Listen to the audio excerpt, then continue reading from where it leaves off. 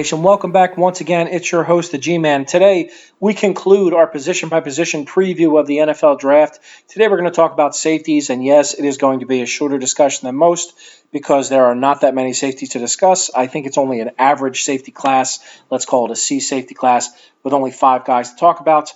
I guess the safety position has evolved so much in the NFL that a lot of times what you're looking for is a corner in college that you can transition to be a ball safety in the NFL. The days of I always think of a David Fulcher, and I know I'm showing my age there, the 230-pounder who can step up in the hole, play strong safety, and kill guys. That day is a thing of the past, unfortunately, for a guy like Landon Collins in the NFL now, because I think he's that guy. So safety is a devalued position. You can get one later. You're going to look to find a gem as opposed to draft one early because the talent might not be there. Although there is one guy who I really like. So let's start with him, and that's Jalen Mills from LSU.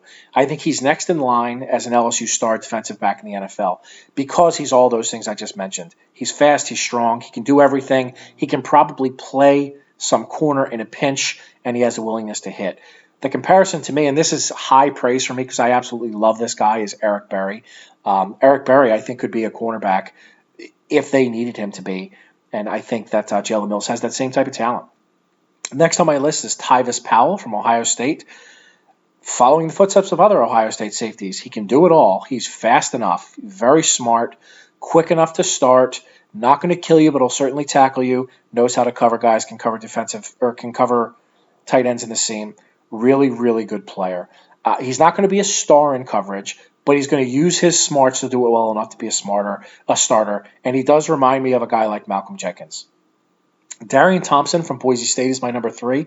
He is a major hitter, and he has good ball skills, but he is not fast. I mean, not fast at all. If he stays tight with his technique, he can be productive, but if he slips at all and he gets put in an island, he's going to have problems because he just doesn't have the foot speed to go up against the faster players or maybe even against quicker tight ends. I do compare him to like a Landon Collins. I like Landon Collins' skill set. I just think you have to know what it is and treat it accordingly. Keanu Neal is my number 4. He's well-balanced, super athletic player who will help a team in many ways.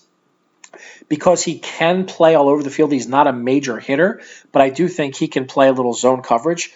He's a great depth defensive back for your team. Reminds me of like a Kenny Vaccaro without the upside. So a Keanu Neal's number 4 on my list. Last on my list is Daniel Jones from LSU. When in doubt, take an LSU defensive back. I think he has the talent. I do worry a little bit about his attitude. He's also extremely lanky. Never struck me as being overly tough, which is surprising for an LSU defensive back. But I think he'll certainly have the talent to start if he so chose or put in the right system. It reminds me of like a Rashard Jones. So if he gets that switch to flip, look out.